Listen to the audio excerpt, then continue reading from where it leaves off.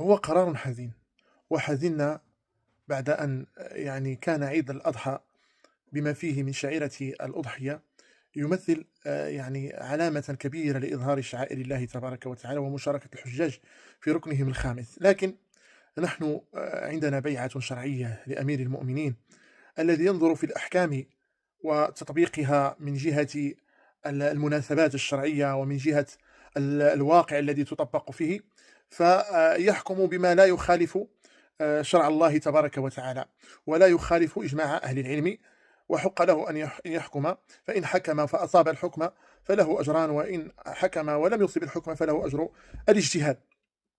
فبالنظر إلى الجفاف، وبالنظر إلى قلة ذات اليد، وبالنظر إلى ما وصل إليه هذا قطاع المواشي وقطاع الفلاحة في بلدنا، فرأى من ينظر في كل المجالات ومن ينظر في كل القطاعات ومن يحكم كل الوزارات أن يوقف ذبح الأضاحي في هذا العيد.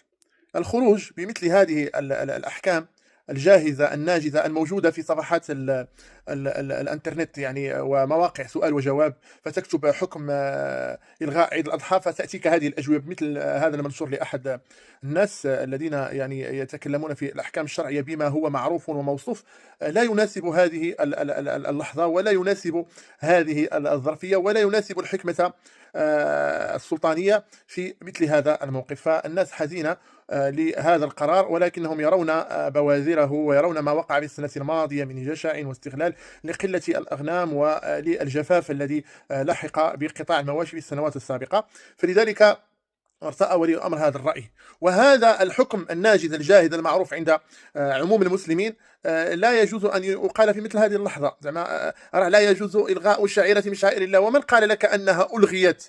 ستقام صلاة الأضحى، عيد الأضحى، وسيضحي أمير المؤمنين حفظه الله بالنيابة عن شعبه وعن رعيته أضحية كما فعل رسول الله صلى الله عليه وسلم عن الفقراء والمحتاجين ومن لا يستطيع أن يضحي. أما هذا المنع فينبغي الامتثال له مراعاة للمصلحة العامة. يجب منع هذه الأضاحي وذبحها مراعاة للمصلحة العامة، حتى نستطيع السنة القادمة والتي بعدها إن أطال الله عمرنا أن نجد منتوج البلد ونستطيع أن نضحي بإذن الله تبارك وتعالى. فالقرار أتى من حيث الاحتياج إلى هذه الأضاحي، وليس من حيث إلغاء شرع الله تبارك وتعالى. فالموضوع لا علاقة له بإلغاء شعيرة الله. فنحن نعلم فتوى الشيخ العثيمين ونعلم فتوى الشيخ ابن باز وأنه لا يجوز لأحد أن يعطل شعيرة من شعائر الله. هو ما عطلها، وسيقوم بالنيابة عن أمته وعن شعبه بالتضحية من أجل أن تدبر هذه الأضاحي للسنة القادمة. دز السم في العسل بمثل هذه الأحكام الناجزة لا يجوز ولا ينبغي، وهو من التشويش، وهو من إثارة النعارات والفوضى، ومن قلة التبصر والتفقه. فلذلك نقول لهؤلاء: فرقوا بين من ينقل لكم الأحكام الشرعية وبين من يتبصر فيها فينظر في الواقع الذي توضع فيه ثم يخرج بالحكم الذي يناسبه. وهذا هو عمل الفقيه، ليس عمل الناقل الحافظ.